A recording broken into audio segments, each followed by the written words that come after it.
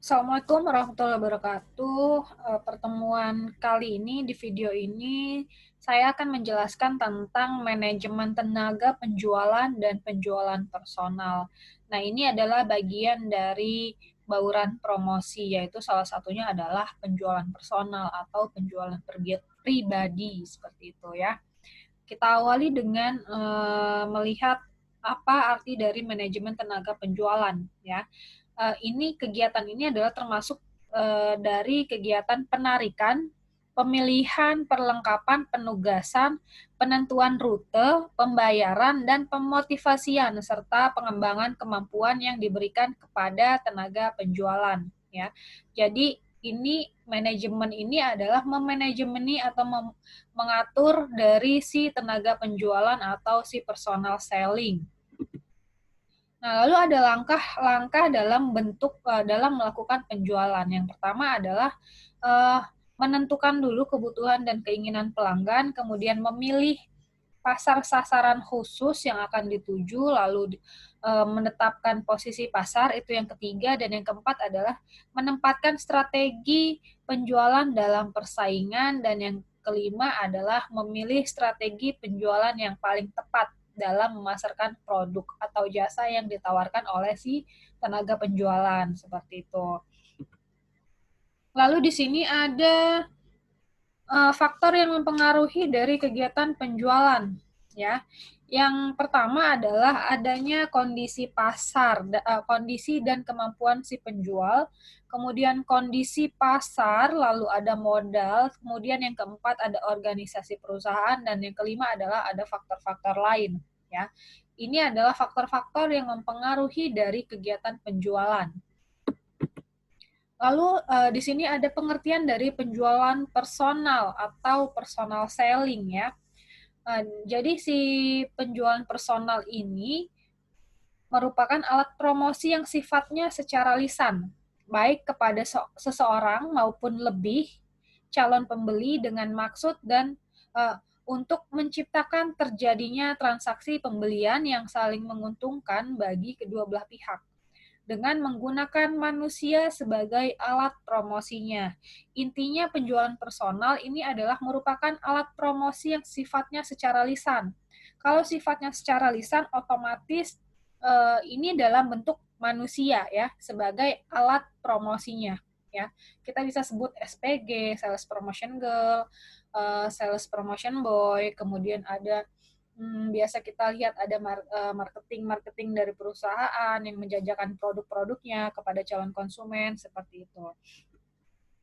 Lalu di sini ada sifat-sifat dari personal selling ya.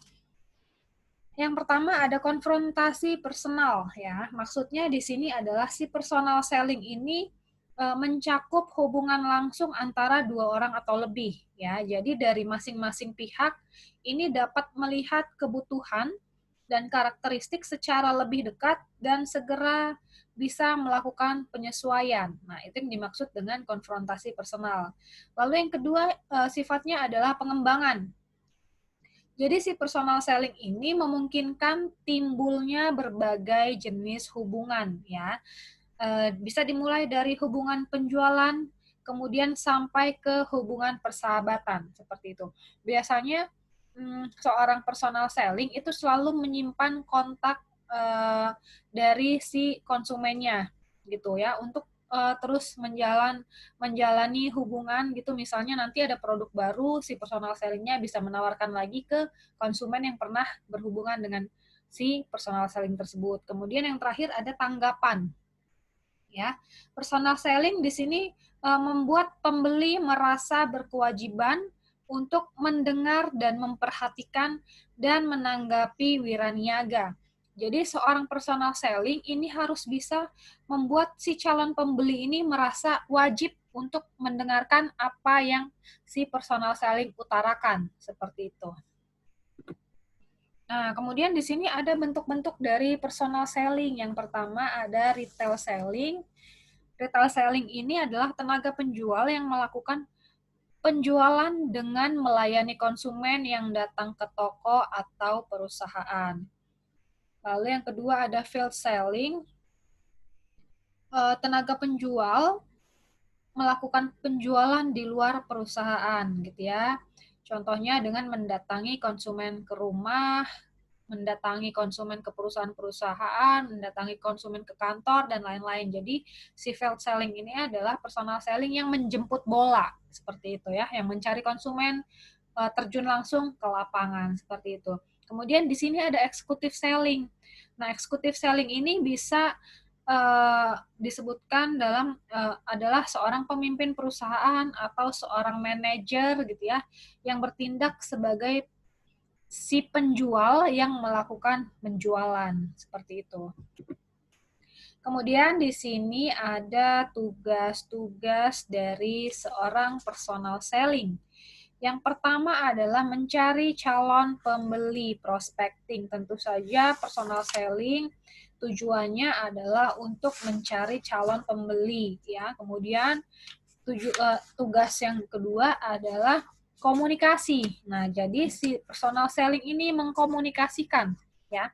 Mengkomunikasikan, menyampaikan maksud dan tujuan dari produk yang dia tawarkan, seperti itu. Lalu yang ketiga, melakukan penjualan. Ya, setelah mengkomunikasikan, tentu saja yang diharapkan adalah melakukan penjualan. Kemudian tugas yang keempat adalah mengumpulkan informasi, gitu ya. Mengumpulkan informasi di sini adalah mengumpulkan informasi tentang konsumen, pesaing, seperti itu. Lalu yang kelima adalah pelayanan, ya.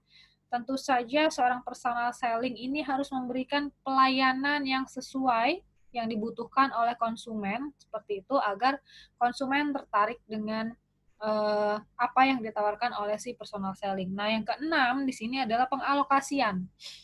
Maksud dari pengalokasian di sini adalah si personal selling ini yang menentukan, ya. Si personal selling ini adalah yang menentukan produknya itu harus diutamakan untuk diberikan ke konsumen yang mana, seperti itu. Misalnya personal selling ini prospekannya atau calon pembelinya banyak, kemudian tetapi dibatasi dengan produk yang sedikit. Nah, jadi si personal selling inilah yang menentukan akan diberikan ke konsumen yang mana yang kira-kira lebih lebih prospek gitu ya, lebih lebih dapat dipercaya untuk melakukan kegiatan pembelian dari produk yang ditawarkan, seperti itu. Lalu di sini ada langkah-langkah utama dalam manajemen tenaga penjualan. Yang pertama adalah merancang strategi dan struktur wiraniaga, ya. Kemudian merekrut dan menyeleksi wiraniaga, lalu selanjutnya melatih wiraniaga, kemudian menentukan kompensasi bagi wiraniaga, lalu mensupervisi wiraniaga, dan yang terakhir adalah mengevaluasi wiraniaga. Jadi yang pertama di sini maksudnya dari merancang strategi dan struktur armada penjual adalah si seorang manajer pemasaran ini harus bisa dihadapkan pada beberapa pertanyaan ya mengenai strategi dan rancangan dari armada penjual atau personal selling. Jadi misalnya bagaimana sebaiknya struktur para penjual dan tugasnya si personal selling, kemudian seberapa besarnya personal selling yang diperlukan untuk menjual atau mengkomunikasikan produk, lalu apakah tenaga penjual sebaiknya menjual sendiri atau bekerja dalam tim dengan orang lain dalam perusahaan, kemudian apakah si personal selling harus menjual di lapangan atau melalui telepon ya. Jadi dirancang dulu nih strateginya si personal selling ini seperti apa gitu. Lalu yang kedua ada merekrut dan memilih wiraniaga ya. Ini masih dalam langkah-langkah utama dalam manajemen tenaga penjualan ya. Jadi setelah memutuskan ciri-ciri yang tadi sebelumnya saya sebutkan itu apa yang dibutuhkan, manajer harus merekrut tenaga penjualan. Kemudian bagian sumber daya manusia mencari pelamar dengan meminta nama dari tenaga penjual yang ada sekarang gitu ya. Jadi intinya sebelum melakukan penjualan harus merekrut dulu nih, mencari nih tenaga kerjanya yang seperti apa, bisa dengan memasang iklan atau bisa menghubungi pihak-pihak universitas, biasanya banyak perusahaan-perusahaan yang menghubungi universitas gitu ya untuk minta data atau minta diinfokan kalau perusahaan itu membutuhkan seorang wiraniaga atau personal selling. Nah, kemudian yang ketiga tugasnya adalah langkahnya adalah melatih wiraniaga gitu ya. Jadi tenaga penjual atau personal selling pasti harus tahu dan merasa bagian dari perusahaan ya. Intinya wiraniaga dilatih untuk memiliki kemampuan dalam mengetahui karakteristik pelanggan dan pesaing perusahaan gitu ya. Jadi pelatihan ini mengajarkan mengenai strategi pesaing dan mengenai berbagai tipe pelanggan serta kebutuhan masing-masing. Lalu juga harus mengetahui motif dari pembeliannya, kemudian kebiasaan dari konsumen dalam melakukan pembelian. Nah, yang keempat adalah menentukan kompensasi, gitu ya. Jadi kompensasi ini terdiri dari manajemen elemen jumlah yang tetap, jumlah bervariasi, pengeluaran dan tunjangan, gitu ya. Jumlah yang tetap biasanya gaji, memberikan wiraniaga sedikit pendapatan tetap, kemudian jumlah yang bervariasi itu disebut dengan komisi atau bonus berdasarkan pada kinerja penjualan, kemudian ada juga penghargaan kepada wiraniaga yang bekerja lebih keras gitu ya. Kompensasi ini biasa tidak maksud saya sudah biasa di kalangan personal selling gitu ya, di kalangan personal selling, penjual pribadi, karena biasanya kompensasi ini ditentukan dari seberapa banyak produk yang dia jual, apakah produk yang dia jual itu sesuai dan tercapai dari target yang ditetapkan atau tidak. Jadi seperti itu dalam menentukan kompensasi bagi si personal selling. Nah, selanjutnya ada mengawasi wiraniaga. Nah, ini adalah kegiatan supervisi. Supervisi ini dimaksudkan untuk tetap dapat memberikan arah dan motivasi kepada seluruh tenaga penjual yang melintasi wilayah. Nah, di sini ada cara dari mengevaluasi wiraniaga. Yang pertama ada prospek, pre-approach, pendekatan, presentasi, dan demonstrasi gitu ya. Lalu ada penanganan komplain, ada closing, dan yang terakhir ada tindak lanjut. Nanti bisa kalian lihat penjelasannya di slide PPT saya ya. Nah, kalian bisa lihat gambar di sini ya. Ada gambar bagaimana seorang wiraniaga menghabiskan waktunya. Seperti itu. Yang pertama, di sini kalian bisa lihat ya. 12% wiraniaga menghabiskan waktunya dalam panggilan layanan atau service calls gitu ya. Jadi biasanya wiraniaga itu atau personal selling memprospek konsumennya dari service calls, kemudian 30% dengan face to face selling ya, dengan penjualan tatap muka, kemudian 20% waiting atau traveling ya, 20% ini dia dalam keadaan menunggu atau dalam perjalanan ya. Jadi entah 20% ini menunggu konsumen datang atau melakukan perjalanan untuk menjemput bola, untuk mendatangi konsumen. Kemudian 21% di sini ada telepon selling ya. Jadi melakukan penjualan melalui telepon. Kalau yang pertama tadi service calls adalah 12% dalam layanan telepon maksudnya ya. Kemudian 17% di sini ada administrative task ya. Jadi